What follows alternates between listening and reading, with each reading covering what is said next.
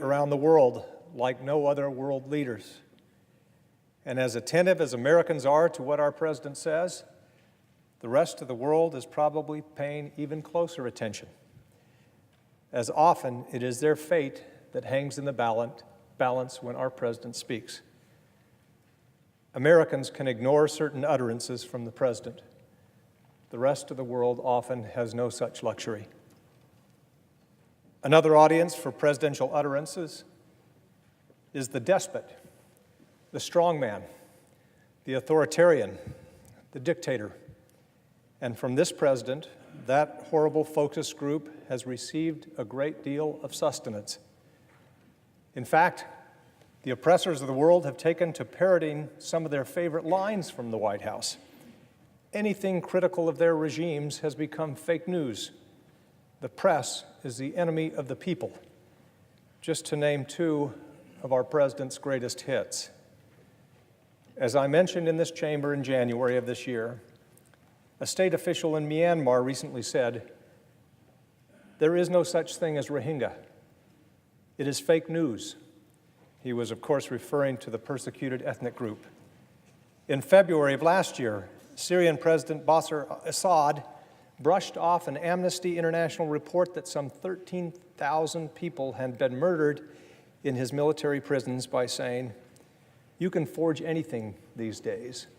We're living in a fake news era." In the Philippines, President Rodrigo Duterte has complained of being demonized by, quote, fake news. Last year, according to a news report, with our president laughing at his side, Duterte called reporters spies. In July 2017, Venezuelan President Nicolas Maduro complained to the Russian propaganda outlet that the world media had, quote, spread lots of false versions, lots of lies about his country, adding, "This is what we call fake news today, isn't it?" And on and on. This feedback loop is appalling, Mr. President.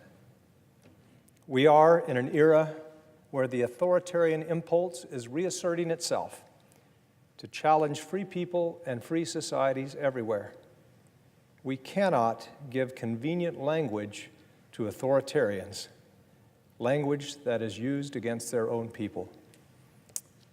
And now, with the apparent brutal murder of journalist Jamal Khashoggi, some of the real enemies of the people and enemies of freedom seem to have taken license to eliminate a man that their regime viewed as a threat.